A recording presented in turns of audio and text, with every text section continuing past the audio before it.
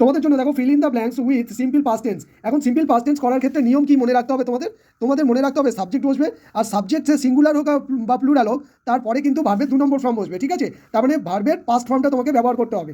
প্রথমটা দেখো লিখেছে রনিক ড্যাশ ইংলিশ, এখানে ব্র্যাকেটে লিখেছে দেখো টিচ।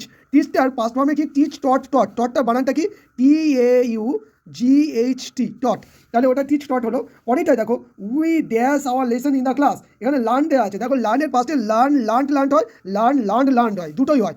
তাহলে আমি এখানে লার্ন LEARNED, কারণ তোমাদের ইডি বসাতে সবসময় সুবিধা হয়, তাই জন্য তোমাদের ইডি দিয়েই শেখালাম। পরেরটা দেখো, পরেরটা লেখা আছে ভালো ড্যাশ দ্য উইন্ডো পেন, এখানে দেখো ব্রেক লেখা আছে, তাহলে ব্রেকটা তোমার হচ্ছে পাস্ট টেন্সে কী হবে, ব্রোক হয়, ঠিক আছে? পরেরটা দেখো সি ড্যাশ আর টয়েস, হ্যাঁ, ইন দ্য আলমিরা, এখানে কিপ আছে, জানো তোমরা কিপ কেপ্ট KEPT কেপ্ট।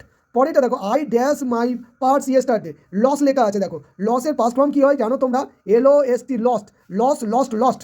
পরেরটা দেখো the sailors dash bloody battle, fight আছে, ফাইটে তোমরা জানো যে ফাইট ফট বানান কি FOUGHT, ফট হবে, ফাইট ফট।